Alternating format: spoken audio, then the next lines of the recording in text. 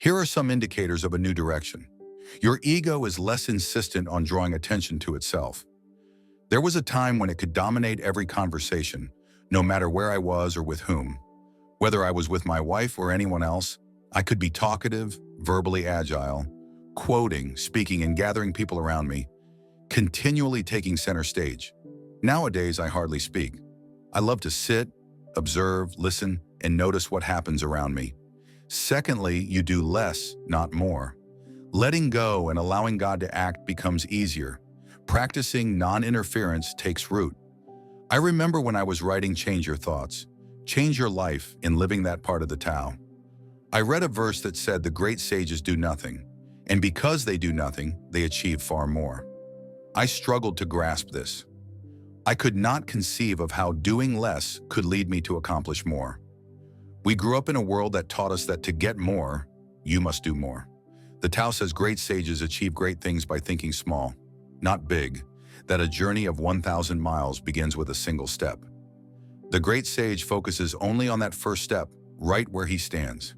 You reach a point where you are no longer forcing, yet you are not failing either. You simply produce results without judging them, and everything becomes easier. You begin to avoid the spotlight, practicing what the Tao taught me. Radical humility. Do not take credit, give credit to others. Do not need others to tell you how wonderful you are. Simply live as the ocean teaches, remain low, and allow everything to come to you.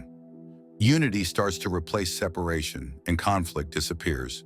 Remember, a mind at war with itself can never know God, because to know God is to know unity, and unity implies there is nothing with which to be in conflict. You cannot be in conflict when you dwell in unity, because everything is one. We begin to see ourselves connected with all. On this spiritual journey, I must speak about what I call the fall.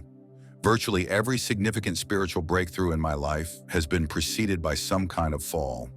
You can expect a fall, and when you are in one, at a low point or in struggle, the Tao says that in every misfortune, good fortune is implicit, and in every good fortune, misfortune is implicit.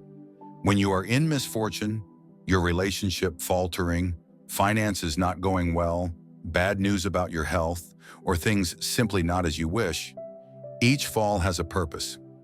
Elizabeth Kubler-Ross said something wonderful. If you protect the mountain from storms, you will never see the beauty of its sculpted forms. The idea is not to eliminate the storms of your life, but to learn to sing in the rain, to dance in the storms, and to be willing to face them. On this return journey, I mentioned something in my film called quantum moments. These are moments in our lives that truly transform us, and they almost always occur after a fall. They generate the energy you need to surpass yourself. I recall the night I lived through one of the most shameful moments of my life. I forced my wife and our 5 small children, we had 5 children in 8 years, to leave a restaurant because they would not serve me a beer. The bar had closed because the night before they had served alcohol to a minor. Everyone had to get up and go somewhere else because I was upset. It was disgraceful behavior. That fall made me reflect deeply on myself. How long had it been since I took a single day without drinking beer at night? I could not remember even one day in the past 2 decades. That experience saved my life, because had I continued drinking as I did, I would not be alive today. Alcohol would have killed me. When you experience a fall, look for the energy it gives you to move forward. Reflect on what you can learn from it and how it can transform you. Finally, let us consider the elements that define the essence of our Creator and how they can help us draw near. First, God is love. We come from love and long to return to that heaven on earth. Emerson said love is our highest word and a synonym for God. In other words, if we dwell in love, we dwell in God. If God is love and can be nothing else, then to communicate with Him, we must do so from love, or we waste our time. In those quiet, private moments of prayer, do not ask God to defeat others. Instead, pray, "Dear God, make me an instrument of your love. I want to be like you. I have forgiven others, and I have forgiven myself." Remember, there is no forgiveness without love, and without love, there is no way to be heard by our source. Second, God is peace. A much-quoted verse from the Old Testament, perhaps my favorite, says, "Be still and know that I am God." Its corollary could be, Be agitated and turbulent, and you will never know God. Along with prayer, we must find stillness, taking time to calm ourselves before meditating, steadying our breath, exhaling unpeaceful thoughts, and inhaling spirit. Everything in the world that is not peace comes from the ego, not from God. Ask for help to return to His peace. It is about aligning the vibrational energy of our desire for peace with thoughts and behaviors that reflect that peace. God is inclusive. We will not be hurt or helped by our source if we proclaim our separation from others. Seeking special favors from God or trying to communicate with our source from that stance puts us back into illusion. If God recognized our belief in separation, perfect unity could not exist. A source that creates all and is in all cannot dialogue with someone who holds ideas of superiority or separation from others. When we communicate with our source, we must strive to be more like Him. See yourself as connected with everyone in the universe.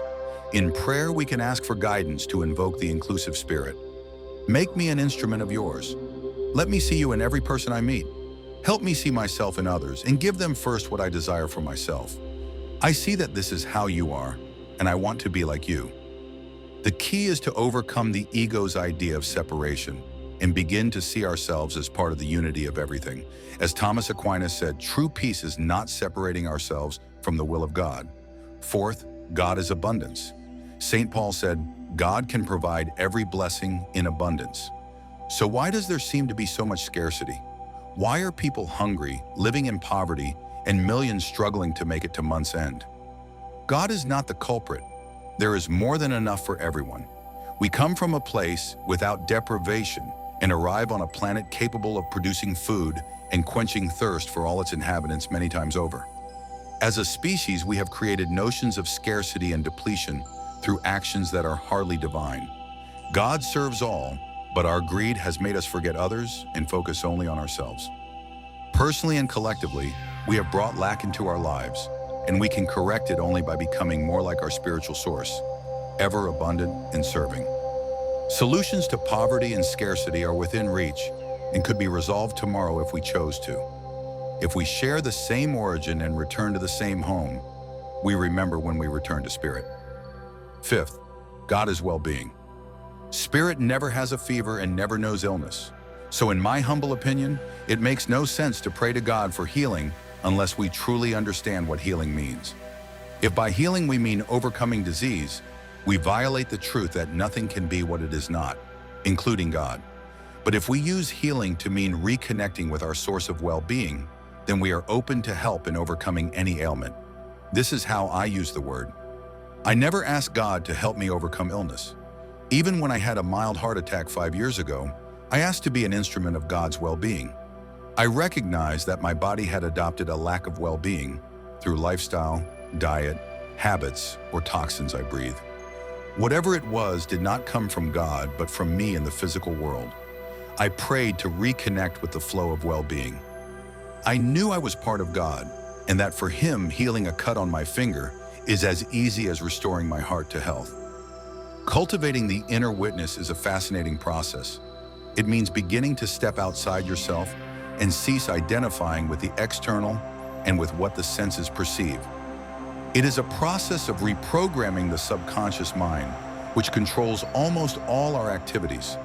For example, when we learn to drive, our conscious mind tells us where to place a foot, how to brake, turn, or turn on the lights. Over time, the subconscious takes these instructions and automates the process. We drive, see a red light, and stop without conscious thought. The same happens across daily life. The subconscious is constantly being programmed, and the witness is our capacity to observe what we have taught it. Writing an entire book about this, let me explore how to retrain this habitual mind that keeps us repeating the same patterns. Changing how we walk through life requires observing our habits. One suggestion I make is to recognize the importance of the final 5 minutes before sleep.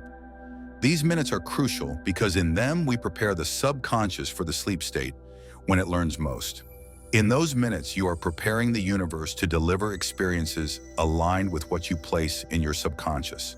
So do not spend them reviewing what you dislike, do not want, the people who bothered you, or the reasons things are not going well. Use those minutes to plant positive thoughts to guide your life. Your illnesses, all the things you say you cannot do, and your self-pity should not occupy your thoughts. You are about to marinate for the next 8 hours in your unconscious, which is far more comfortable with your subconscious. Upon waking, your subconscious does not distinguish between what you thought and what you experienced. It simply says, if you are thinking it, that must be what you want, and brings you experiences that match those thoughts. That is why it is essential that before sleep, you place only what you want to materialize the next day into your subconscious. Many make the mistake of spending those last 5 minutes rehearsing what they dislike, do not want, what should not have happened, or what upsets them. Instead, make a shift. As the book of Job says, in a dream, in a vision of the night, when deep sleep falls upon men while they slumber in their beds, then he opens the ears of men and seals their instruction. Job 33:15-16. While you sleep, you receive instruction, yet you must first place it in your mind, experience it, and observe it. As you go to sleep, imagine everything working perfectly. Say to yourself, I am healthy, I am going to walk, I will be in a divine relationship, I will attract rightful prosperity, I will have divine relationships with everyone I meet, I will have a wonderful day tomorrow, I will help 25 people. Whatever it is, place it in your imagination, feel how it feels, then go to sleep and receive your instructions. Cultivate the witness. Your body has limits on how fast or how far it can go. Broad, grand limits, greater than you think. But in the world of thought, the invisible world I speak of, there are no limits except those you choose. You can think anything. Everything you can imagine already exists in the dimension of thought. I will stop relating to people only from my form to their form. I will go beyond form and connect with the divine intelligence behind it. What are they thinking? How can I have an unlimited relationship with everyone in my life? Rather than relating to their bodies, forms, or performance, I will look past them to their attitudes and thoughts. This is what Mother Teresa did in the streets of Calcutta. She saw God in every hungry child and leper. She did not relate only to their form, but to who was behind that form, the divinity there. You need not be Mother Teresa in Calcutta serving the most destitute. You can do this anywhere in your life. You can stop seeing the world only in terms of what you see or can get, and begin to live in that invisible realm where the divinity we share resides. Wherever you go, every human being you meet, whether a Sherpa guide in Nepal, a taxi driver in Tokyo, or a shopkeeper in Detroit, shares with you what it means to be human. We all know suffering, loneliness, pain, and happiness. Relate to the thoughts and divinity in others rather than only to their form, and everything, even your business, improves. In Eastern literature, especially while preparing my book, You'll See It When You Believe It, I found repeated references to the observer. The term appears in Buddhism, Hinduism, Zen, and Kundalini, among others. At first, I did not fully understand it, but then realized it was something I had done my whole life. They had simply named it. Shakespeare put it best, the whole world's a stage, and we are all actors. When you begin to see it that way, you realize we all play roles. These roles are real, yet in the end, they are only roles. Remind yourself you are acting so you do not take the stage so seriously. Do not make it so dramatic, significant, and important. That lightens the load and lets you live more lightly. The observer is like a guardian angel, an invisible presence that can stop you the moment you lose control or grow angry because there is a delay at the airport or traffic will not move. That guardian, that eye behind you, can curb those emotions immediately. That presence says, I am watching you. I am observing your reaction. Lily Tomlin had a great line. Why is it that when you talk to God, it is called prayer, but when God talks to you, it is called schizophrenia? Yet that voice of God can be that invisible part of yourself you begin to connect with. In my life, wherever I am, whatever I am doing, that voice on my shoulder reminds me, how should you respond to this? Send love here. Many people believe they are the way they are because of others. They blame their past, their parents, the economy, the Ayatollah, or someone else for their problems. One thing we often blame is traffic. We say traffic put us in a bad mood. But when I'm stuck on a roadway trying to get somewhere, I remind myself traffic does not care. Within you is an opportunity right now to work on what might be weakening you, creating anxiety or stress. These are tests, opportunities. Traffic has no emotions. Your anger is your choice. You can choose to be happy, angry, depressed, miserable, or content. You can decide to do something positive now. If you can simply drop your personal story, forget it entirely, and focus on the present, you will notice the shift. Yesterday, I went swimming as I do every day, but it was different. I had given a seminar earlier, and as I swam, I realized I was more present than at any time in years. I swim almost daily at sunset for about an hour in the ocean. This time, every stroke, every moment underwater, every glance downward through my goggles, seeing fish, turtles, rocks, even trash, felt as if time disappeared. I was completely immersed in the present moment. I also noticed something else. I have followed the same route for years along the beach at Kapalua here in Maui. Looking up, I noticed a tree beside a building. In 10 years of swimming there, I had never seen that tree. I must have passed it 10,000 times but never noticed. I stopped for a moment and felt one with that tree. It was completely new, incredibly beautiful. Another learning is to remain astonished. Live in a constant state of wonder. As Rumi said, sell your cleverness and buy bewilderment. Be astonished with every breath you take.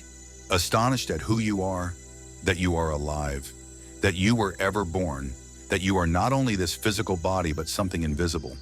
Be astonished by cloud formations, insects, spiders, sand, everything. A great teacher came into my life through his writings. Nisargadatta Maharaj of the 1980s, author of I Am That, which deeply impacted me. When asked the difference between a saint, a highly functional human, a spiritual teacher or guide, and the rest of us, he said saints have unconditional love within them, and we do not. But he clarified, it is not that you lack it, you have unconditional love too. The difference between ordinary human consciousness and those with higher consciousness is that they have nothing else inside, only that. It is as if they learned to cultivate that love within so it could be fully expressed. I like the simple metaphor of an orange. I love oranges, perhaps because I live in Florida. Take an orange, squeeze it as hard as you can, and ask what will come out. What comes out when you squeeze an orange is orange juice. No matter how many times you squeeze, apple or grapefruit juice will never come out. There are no mistakes. What you get is orange juice. Why? I once asked this in Toronto, and a little girl in the front row said, "That's obvious. It's because that's what's inside." She was right. The reason orange juice comes out is because that is what is inside. Now extend the metaphor. Someone squeezes you, someone says something about you that you do not like, acts in a way you find offensive, or does something that hurts you. What comes out of you is anger, hatred, bitterness, tension, fear, anxiety, or stress. You immediately say what came out is because of how you were treated. But the truth is, what comes out is what was already inside. And if you do not like what is inside, you can change it. How does orange juice get inside an orange? I do not know. It is a mystery to me. I simply enjoy the oranges in my life and give God the credit. You have the capacity to attract what you desire. The central idea of manifestation is understanding that within you lies the ability to draw the objects of your desires. Achieving this seems more possible when you consider how things move from the intangible world to the tangible. In one of the most fascinating phrases of the New Testament, St. Paul addresses creation. Things which are seen were not made of things which appear. St. Paul tells us the creator of energy is not solid nor limited. The physical world of forms originates in something other than the forms. His words undergird my reflection on this and related principles. They suggest how energy influences our ability to attract what we desire. He gives a clue to bringing our desires into the material world. Energy becomes a force we can harness. In a film about his childhood, Albert Einstein describes picking up a compass and watching with fascination as the needle moved when he changed direction. He became obsessed with understanding the invisible force moving the needle. Where was it? Who controlled it? Why did it always work? Just as magnetism exists, there is a force with characteristics impossible to detect with our senses. We call it energy. Energy is present in all things in our universe and impacts surrounding objects through what we call the power of attraction. In magnetic fields, we easily observe its function, though we cannot detect it with our senses. The force is there, attracting and repelling, present across the planet. If it is everywhere, it is within us too. Our senses are poor guides to it, no better than they are at explaining a magnetic pole. We see results, but the force eludes us and is in constant motion. The essence of this fourth principle of manifestation is that we can use this energy because we are this energy. We can use the universal energy to attract the objects of our desires because the same energy in what we desire is also within us, and vice versa. It is simply a matter of alignment and will that lets us access this force. The process of bringing things into the physical world is what we call creation. Everything we create involves the same power present in all creation. It is a matter of degree. There is no difference between the power that transforms waves into particles and the power that turns your thoughts or mental images into tangible form. Think of manifestation as transforming waves of possibility into particles of reality. This transformation requires energy, unseen, yet always present in everything, including us. Your mental images are related to this attracting power. There is a power within you that lets you form a thought or image. This power of mental visualization is the attracting energy present in all creative processes. It differs in degree but is identical in essence to the power of attraction. This power is the very substance of life. You cannot see, touch, or hear it, but it is within you. Using it does not alter or interfere with the laws of nature. It fulfills them. This undifferentiated power is the basis of the mysterious attraction that draws your desires toward you. See yourself as a way God particularizes, and see your capacity to form mental images as divine creative power energizing through you. The same creative energy that particularizes you is what you use to manifest desires. This power feeds on happiness, love, joy, satisfaction, and peace. The happier and more loving you are, the more the divine spirit particularizes within you, and the more godlike you become. Through your thoughts, how you use your power to create a thought, all creative energy is attracted to you. If your mental images are surrounded by the conditions you desire and rooted in joy and faith, your creative thoughts will attract those conditions into your life. The very power to think is a divine power. Recognizing its sacred nature, you form a vision, a mental image, and hold it lovingly, knowing within that the divine force that created everything also created you.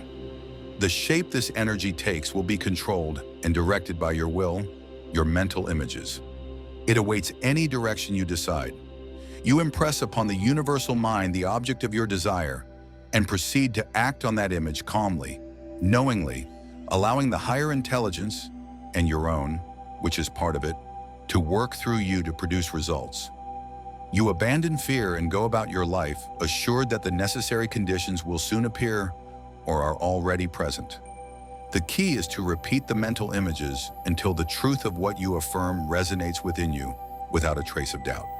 There will be times it seems not to work.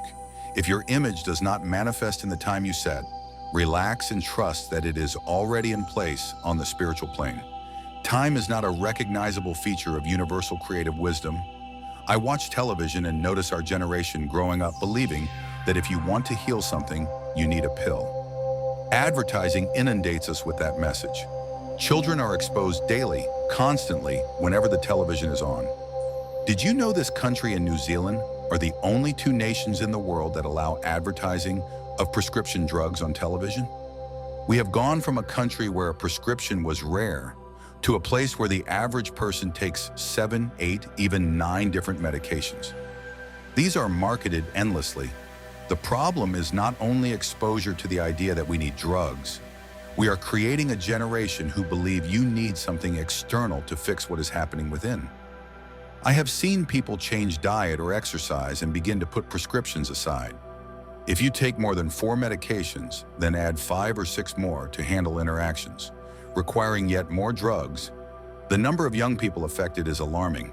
The leading cause of death among teenagers is now overdose from prescription medications, especially painkillers. We are creating a consciousness that healing must come from something bought at a store or pharmacy and placed into the body, when in reality, our body is a pharmacy. Deepak Chopra has said this many times. We have lectured together on the body's capacity to produce the chemicals it needs to address anything that arises, provided we do not interfere and allow it to be the perfection it is. In the United States in particular, we have become a country where medication is the solution for virtually anything, from restless legs to depression. But there is an energy of knowing that healing is possible and that it is within us all. By simply placing your hands on someone, conveying confidence, letting them know you believe in their capacity to heal, you can transcend the negativity surrounding illness. This is not magical faith healing. Read the work of Bernie Siegel, Deepak Chopra, or Dean Ornish. Many medical professionals speak of the mind-body connection and a strong sense of connection with Chai or prana. Other words for that energy, that divine force. Understanding that this force is within us, we can channel it to activate our healing capacity. This invisible energy we wish to use to attract things into our lives is the same energy allowing you to process what I'm saying right now. It is as if you must leap into the unimaginable.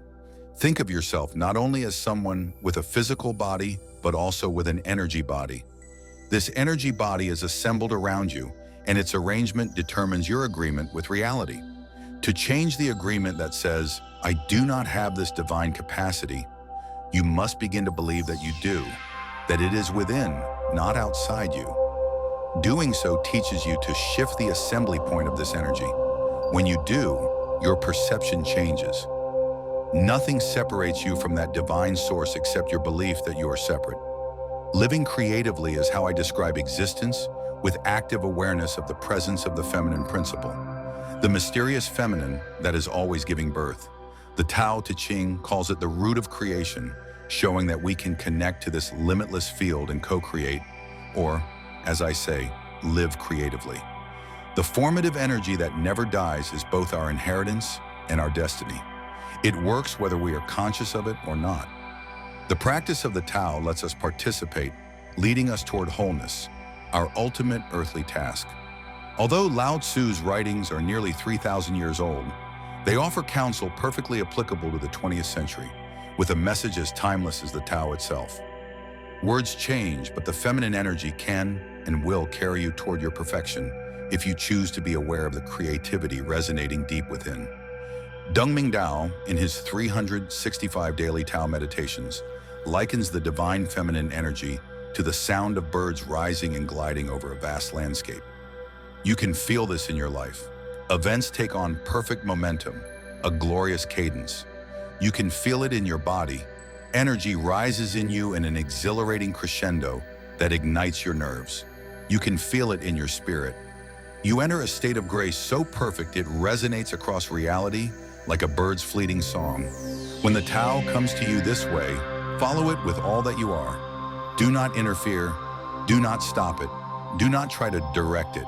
Let it flow and follow while the song lasts. Some ideas for living creatively. First, recognize that you are a divine creation, not born of your parents, but of the great spiritual mother, the Tao.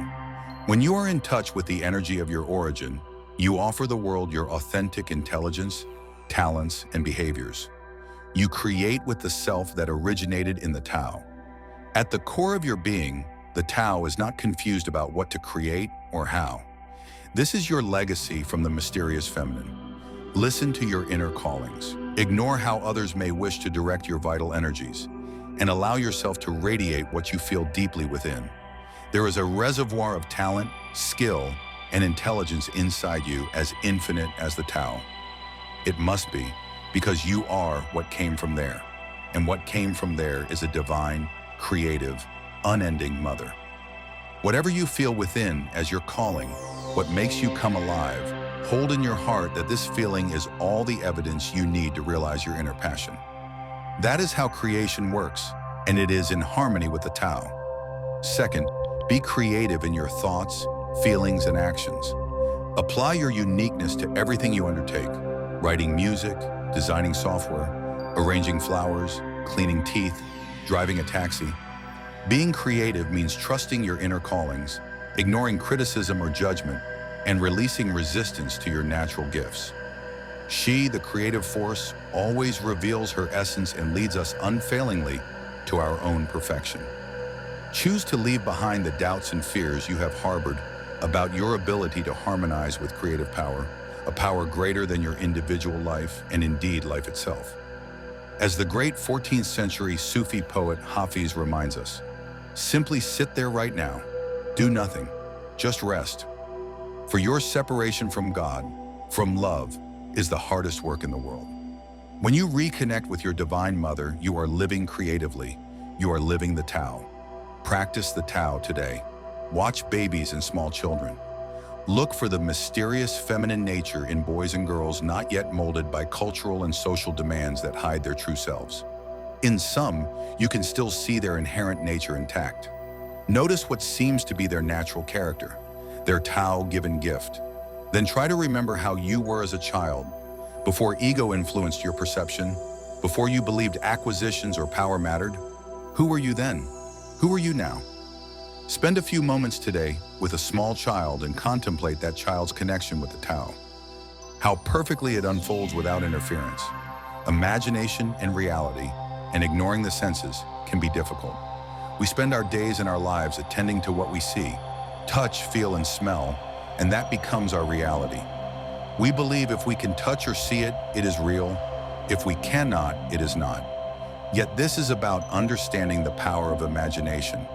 If you have a cold or the flu and you think, I am healthy, I am in perfect health, but observe your symptoms, runny nose, fever, fatigue, it seems hard to believe. Living from that imaginative declaration feels strange because we are convinced the senses tell the only reality. But this concept calls us to live from the in, placing in your imagination what you desire regardless of what the senses or circumstances say. Even if you see an empty bank account and say, I am prosperous, though the external evidence contradicts you, you align your mind with a greater truth. In essence, I am is the name of God. Saying I am prosperous rather than I will be prosperous avoids projecting your desire into the future and affirms you already possess that reality. Until you can assume this feeling in imagination regardless of physical proof, change will not be possible. The physical world is only an illusion. True reality resides in our imagination. Neville Goddard spoke of two kinds of attention, subjective and objective. Subjective attention, unlike objective, is the key to changing your future. What you place in imagination becomes your reality, calling that which does not exist as though it already did. I am is a powerful affirmation to use without explaining or justifying what you imagine as yours. One of my great teachers, Abraham Maslow, taught me to be independent of the good opinion of others. Trust yourself. Use subjective attention to live and feel as if your future dreams were already made present. Love is the feeling you must learn to assume because your subconscious mind is part of a universal mind. You and I live within that mind. This universal subconscious is first cause, the raw material of all creation. Everything arises from a single essence, and that essence is, in truth, love. When you truly feel it within as your inner knowing about what you wish to manifest, you acquire the power of creation. Remember what St. Francis of Assisi prayed in his famous line, Lord, make me an instrument of your peace. Where there is hatred, let me bring love. In this prayer, you ask to feel the fulfillment of your desire. When you experience anger, frustration, fear, doubt, worry, stress, and the like, increase your love and immerse those feelings in a container of pure love. Simply choose to feel good because each moment you offer love, your little portion of subconscious mind harmonizes with the universal creative subconscious, which is defined as love. I trust I have awakened this in you. The awareness that your feelings play a crucial role in becoming a God-conscious, manifesting being. Neville states it clearly, denying the evidence of the senses and assuming the feeling of the wish fulfilled is the path to the realization of your desires. Apply this wisdom from now on. It will serve you in ways you may never have imagined. In your everyday moments, remember that imagining the future without assuming the feeling of the wish fulfilled is nothing more than a useless dream. Practice feeling a thought you have placed in your imagination. Remember that a feeling is what you experience in your body as you contemplate what you wish to manifest or what you wish to become. Close your eyes and experience what it feels like in your body. Work with those sensations which not only represent what you are imagining in your body, but also act as triggers that help you move from a thought to tangible physical reality. Any feeling you try to perceive in your body related to your desires, bathe it in love, which is synonymous with God. Imagine what you desire. Imagine it and feel that love as if you already had it in your possession. Keep doing this, using love until your desire truly belongs to you. During this process, remind yourself that the more love you offer, the more presence of God you will have, and the faster your desire will become reality. Look at yourself in the mirror without fear and say not only "I love you," but "I am love." Familiarize yourself with your subconscious mind. This part of you acts on what you program into it until it becomes your automatic mind, operating habitually. Decide on a habit you would like to make automatic. Generosity, for example. Say to yourself, "I am a generous person." Give something in a spirit of generosity, even if it is only a coin or a word of encouragement. The more thoughts and actions you practice around your new "I am," the more your subconscious mind will respond accordingly, until it finally acts generously as a new habit you have created. The subconscious mind responds to suggestion.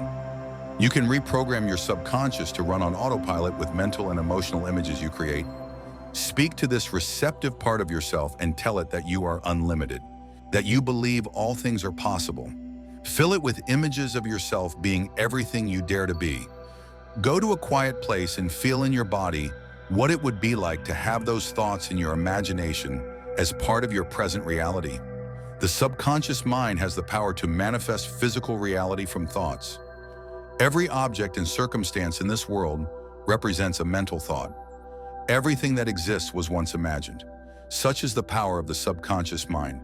To participate in this incredible source of creation that you are, you must be willing and able to experience within yourself, in your mind, that which you desire to manifest. Thoughts become things when you feel them and manage to imprint them on your subconscious mind, which will then take over. This is how Neville describes the phenomenon. This substance is consciousness. It is your imagination that shapes this substance into concepts, and those concepts manifest as physical circumstances and objects. Thus, your imagination created your world. He also explains the importance of feelings in programming the subconscious mind. The reality of your assumption exists entirely independent of objective facts and will clothe itself in flesh if you persist in the feeling of the wish fulfilled. When you know that assumptions, if persisted in, harden into facts, then events that seem to the unawakened like mere accidents will be understood by you as the logical and inevitable effects of your assumption. You have the power to imprint upon your subconscious mind any "I am" you choose. Let it chase you. Let it follow you, instead of being something that consumes you because you have to get it. The more you cling to the outcome, the more you try to obtain something that is not actually what you truly desire. And this idea of knowing that the divine intelligence will work in the exact order, preference, and timing in which it must operate. There is a passage in A Course in Miracles often quoted that says, "Infinite patience produces immediate results." It seems like a contradiction, does it not? It sounds like a paradox. If I am patient, infinitely patient, then I will have to wait a very long time. This impulse to hurry the divine intelligence is something our egos attempt all the time. Obviously, creation reveals its secrets little by little, as it must, as it is ordained. This principle of detaching from the outcome, together with having infinite patience, is truly essential to your manifestation process.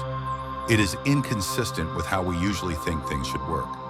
If I do everything I am supposed to do, if I follow all these principles, set all the rules, and organize everything, then I expect results.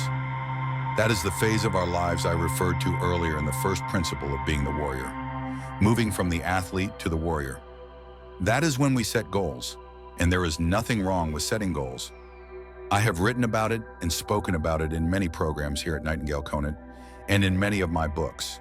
But the idea that setting goals and then simply letting them appear is still the thinking that keeps us a bit stuck in the warrior phase of our development. It prevents us from moving to higher places, higher levels, where we can begin to manage the coincidences of our lives. That sounds like a contradiction, does it not? If it is a coincidence, you cannot manage it. If you are managing it, then it is not a coincidence. Yet when you begin to transcend some of these paradoxes, when you reach a higher level, goal setting is one thing, something we do in the early stages of our spiritual development and continue to do. And these stages I spoke of are not places we enter and never return from. We move in and out of them. The question is, where is my main emphasis? Is my emphasis not only on setting goals, but falling in love with those goals and then insisting that those goals appear when I want them to appear? That is inconsistent with manifestation and with higher spirituality and consciousness. What you must do is have your goals. What is a tomato seed? It is really a goal for tomatoes, but then you must relax and direct your thoughts, your ideas, your awareness, and your attention toward your own purpose, and know in your heart that it will manifest. You see, the key to relaxing about what you would like to see manifested is certainty of the outcome. If you have certainty, as A Course in Miracles says, if you have certainty of the outcome, patience is easy. If you are unsure of the outcome, unsure of how it will work or whether things will fit together as you would like, if you have that uncertainty, then you will not be able to be patient. So patience, infinite patience, is really like trusting in God. And when you trust in God, you trust the wisdom that created you. When you trust the wisdom that created you, you also trust yourself because you can never be separate from that wisdom. Patience, trust, awareness, and higher consciousness are absolutely essential. Let it chase you. Let it follow you, instead of being something that consumes you because you have to get it. The more you cling to the outcome, the more you try to obtain something that is not actually what you truly desire. And this idea of knowing that the divine intelligence will work in the exact order, preference, and timing in which it must operate. There is a passage in A Course in Miracles often quoted that says, "Infinite patience produces immediate results." It seems like a contradiction, does it not? It sounds like a paradox. If I am patient, infinitely patient, then I will have to wait a very long time. This impulse to hurry the divine intelligence is something our egos attempt all the time. Obviously, creation reveals its secrets little by little, as it must, as it is ordained. This principle of detaching from the outcome, together with having infinite patience, is truly essential to your manifestation process. It is inconsistent with how we usually think things should work. If I do everything I'm supposed to do, if I follow all these principles, set all the rules and organize everything, then I expect results. That is the phase of our lives I referred to earlier in the first principle of being the warrior, moving from the athlete to the warrior. That is when we set goals, and there is nothing wrong with setting goals. I have written about it and spoken about it in many programs here at Nightingale Conant and in many of my books. But the idea that setting goals and then simply letting them appear is still the thinking that keeps us a bit stuck in the warrior phase of our development. It prevents us from moving to higher places, higher levels, where we can begin to manage the coincidences of our lives. That sounds like a contradiction, does it not? If it is a coincidence, you cannot manage it. If you are managing it, then it is not a coincidence. But when you begin to transcend some of these paradoxes, when you reach a higher level, goal setting is one thing, something we do in the early stages of our spiritual development and continue to do. And these stages I mentioned are not places we enter and never return from. We always move in and out of these stages. The question is, where is my main emphasis? Is my emphasis not only on setting goals, but falling in love with those goals, and then insisting that those goals appear when I want them to appear? That is inconsistent with manifestation and with higher spirituality and consciousness. What you must do is have your goals. What is a tomato seed? It is really a goal for tomatoes, but then you must relax and direct your thoughts, your ideas, your awareness, and your attention toward your own purpose, and know in your heart that it will manifest. You see, the key to relaxing about what you would like to see manifested is certainty of the outcome. If you have certainty, As A Course in Miracles says, if you have certainty of the outcome, patience is easy. If you are unsure of the outcome, unsure of how it will work, or whether things will fit together as you would like, if you have that uncertainty, then you will not be able to be patient. So patience, infinite patience, is really like trusting in God. And when you trust in God, you trust the wisdom that created you. When you trust the wisdom that created you, you also trust yourself, because you can never be separate from that wisdom. Patience, trust, awareness, and higher consciousness are absolutely essential. Choose to experience peace by focusing on what is yours to tend. You can experience peace by balancing everything that happens around you with the awareness of God. Nothing compels you to react to evil with a non-spiritual mental response. You have the option to direct your mental energy toward what you desire, and by doing so, create a new world. Let me tell you how I choose to respond to the avalanche of messages focusing on what is wrong with the world. First, I remind myself that for every act of evil, there are a million acts of goodness. I choose to believe that people are essentially good, and that by maintaining myself in this belief system, I help bring more of this consciousness into manifestation. When enough of us assume this notion, we will learn to live collectively in this peaceful awareness. Second, I know with certainty that no hatred in my heart will ever bring peace. Hatred only contributes to the presence of those destructive energies created by humans. So I choose to center my attention on what I stand for and on my well-being. I support peace, not war. As Albert Einstein once remarked, I am not only a pacifist, but a militant pacifist. Nothing will end war unless people refuse to go to war. As a recipient of the Einstein Award from the Albert Einstein College of Medicine of Yeshiva University, I would humbly add, and unless people refuse to think warlike thoughts. In Long Walk to Freedom, Nelson Mandela wrote, to make peace with an enemy, one must work with that enemy, and that enemy becomes your partner. I know we are all partners with one another. That is how I think, and when I see images of a world in disorder, because many have forgotten this, I keep choosing to know that we will ultimately learn to live this way collectively. But it begins with each of us refusing to be instruments of non-peace in all our thoughts, and therefore in all our behaviors. Hermann Göring, Adolf Hitler's designated successor, is quoted in Nuremberg Diary as saying, "Of course the people do not want war. But after all, it is the leaders of the country who determine policy, and it is always a simple matter to drag the people along, whether a democracy, a fascist dictatorship, a parliament, or a communist dictatorship. Voice or no voice, the people can always be brought to the bidding of the leaders. That is easy. All you have to do is tell them they are being attacked and denounce the pacifists for lack of patriotism and for exposing the country to danger. It works the same in any country. I choose not to be one of those who are dragged. I refuse to be led to follow the orders of any leader who tries to convince me that my beliefs in peace make me unpatriotic." When an unidentified Pentagon official was asked why the United States military censored graphic images of the Gulf War, he replied, "If we let people see that kind of thing, there would never again be any wars." Well, that is my objective, to live in a world where warlike thoughts are impossible because we are focusing all our mental energy on what we support rather than on what we hate. Former President Dwight D. Eisenhower, who also served as Supreme Allied Commander in the Second World War, once commented, "Every gun that is made, every warship launched, every rocket fired signifies, in the final sense, a theft from those who hunger and are not fed, those who are cold and are not clothed. This armed world is not spending money alone. It is spending the sweat of its laborers, the genius of its scientists, the hopes of its children. This is not a way of life in any true sense. This is a call to balance our lives and our world. Peace requires heroic thinking and purity of consciousness. Third, when I see and hear evil, I remind myself that I did not come here to be part of hatred, while others obviously have.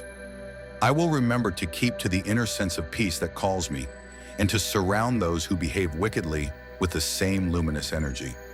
I simply refuse to go to war in my thoughts. I choose to be a beacon of light for places of darkness that lack this kind of illuminating energy. Finally, as messages of violence continue to arrive, I remind myself again and again, that we have a choice in how we respond. I know that by feeling hatred in response to hatred, I only contribute to the presence of hatred in the world. As an ancient Chinese proverb says, if you decide to seek revenge, better dig two graves. And I know I have the option to see what is good in the world instead of what has gone wrong. When messages of violence and hatred come toward me, I press the mute button, or even the off button, and I remember what the Dalai Lama said. Compassion and love are not mere luxuries. As the source of both inner and outer peace, they are fundamental to the continued survival of our species. Those are extremely valuable words describing our need to be in balance. I keep myself balanced in this dimension of being, in a peaceful world, by telling you again and again. I now know for certain that I am obliged to keep myself in a consciousness of compassion and love, not only to maintain my own balance, but to help ensure the continued survival of our species. There can be no higher calling. Everything is there to teach us something grand and something delightful that helps us move to higher, more spiritual places. So the way you eliminate adversity is literally to be grateful for it and to say, thank you for everything that is appearing in my life, because it will teach me something profound. Some of the hardest, most troubling things that have happened to me, which I thought at the time were disasters, have taught me how to be a better writer, a better speaker, a kinder person, a better human being. For true nobility is not about being better than others. It is about being better than you used to be.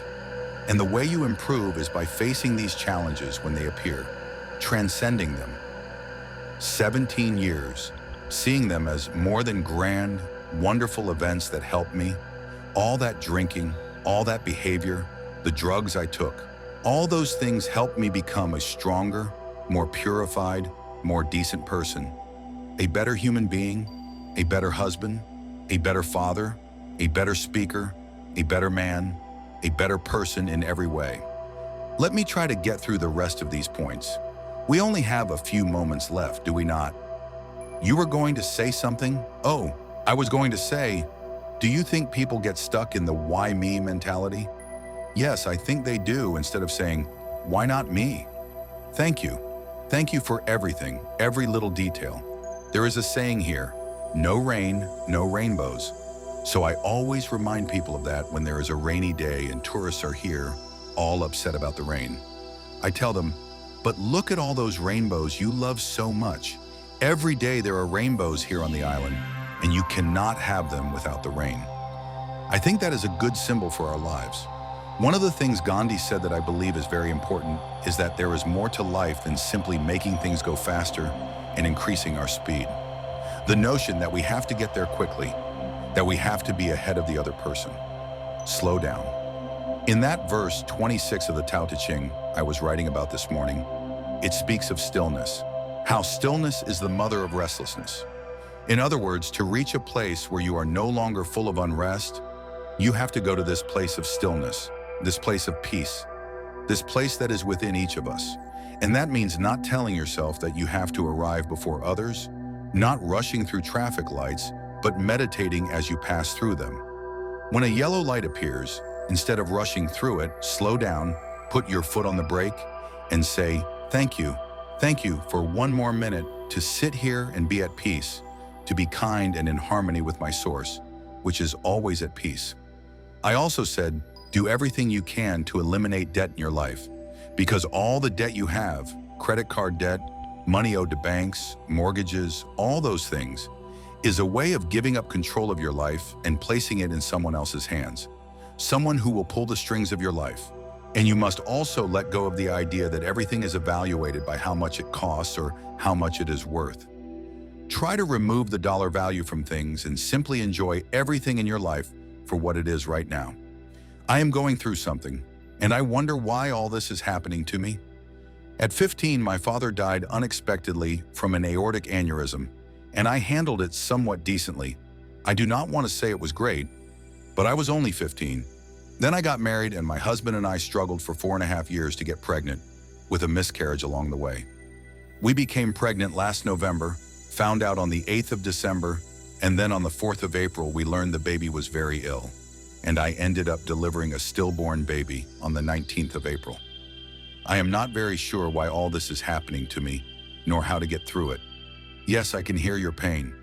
First, as you progress along this path I am writing about, especially in inspiration, you discover that all the great teachers who have walked among us, including Jesus, have taught us that death is not a punishment. It is, in fact, the inevitability of all things. Everything that is composed decomposes. The question is not whether it will decompose. The question we have as human beings is how long it will take, how long we have. When you say the words, "My father died unexpectedly," my immediate response is, unexpected to you, yes, but not to God. From the moment your father was conceived and from the moment he appeared on this planet, his time here was set, independent of his opinion about it. And the same is true for his death. The same is true for the miscarriages you have had and for the stillborn baby. There is perfection in all of this, and these souls that appeared very briefly and then, for whatever reason, none of us will ever know, were not ready to appear in this world. What you are doing with this is taking it personally. You are telling yourself, why me? And how could something so terrible happen to me? And how much of this will I have to endure before I have peace in my life? And I tell you, you have peace in your life right now. You can even be in a state of gratitude for the simple fact that you were able to participate in the dance of life. You have already created life twice, and because it did not last as long as you thought it should, that is only our ego at work. Another new way of being for me is to think of yourself in terms of personal authority rather than being authoritarian. Personal authority. A person who has authority never needs to dominate anyone else. Domination is never necessary. In business, you can have authority. The people with the most authority are those who listen the most and who are most aware of what others have to say. A person in a relationship who needs to dominate someone else and make that person submissive shows that they have no authority, because they draw their power not from within for themselves, but based on whom they can control. And that never lasts. The only thing that lasts is having inner power. If you know yourself, as Shakespeare said, know thyself. The more you know yourself, the more honest you become with yourself. Honesty becomes simply a way of life. I do not necessarily think the world does this, but you cannot run your world, cannot manage your world based on what the rest of the people in the world may or may not want. For me, honesty is like karma going out into the world. The way people treat you in the world is their karma. How you react is yours. And when you react with dishonesty, that is what you are putting into the world. Dishonesty. And when you put dishonesty into the world, that is what will return to you, because what goes out is what comes back. As you sow, so shall you reap. This is in every great institution in the world, whether a religion or a philosophy or whatever it may be. What you put out is what you will get back. The more honesty you put out, simply because it is what you are, because you are honesty. You are not trying to be honest. You simply are honesty. Then that is what will come back to you regularly. And when it does not, you will simply see it as another test to overcome. For me, it has become a way of life. It is called serenity instead of acquisitions. The more you try to acquire, the more you try to get, the more you try to collect in your life and evaluate yourself by that, the less serenity you will have. More is less. It is almost a secret of the universe. Serenity means inner peace. It means you can find joy in every moment you have in your life instead of always seeking it. It means that as you drive through the countryside, instead of saying, I am on my way to that point, you can open your eyes and see with new eyes. See the rolling hills, see the grass, see the skies, see the heavens. You can simply stop wherever you are, in this second, wherever you are, and simply look around. You can begin to appreciate your surroundings and your environment. Then you can begin to appreciate the people in your life, even those who are negative and with whom you have the most difficulty. You can practice a new way of being with them, which is to send them love, send them flowers, send them a book, send them a recording, send them something, and simply see what kind of reaction you get. Supreme emotional health is just an attitude. Attitude is everything. And it is about being a personal authority within yourself instead of being authoritarian and trying to dominate someone else or being dominated. And surrender, that is the name of my youngest daughter, Serena. Instead of acquisitions and accumulations and trying to prove yourself that way, And when you gain that serenity that comes from the way you think, it will always replace all the rest of the nonsense that keeps you here between 6 and 1 on that clock. And once you pass that, once you get past it, you can never ever go back. Because living in the light is a way of being that, if you are not there, you do not understand yet. But once you see it, once it begins to take hold of your life, you can never return. That is your purpose. Your purpose is not to try to be loving. Your purpose is to be love and to have only that to give. Now then, have you not seen this other reflection from Wayne Dyer? I would not miss it.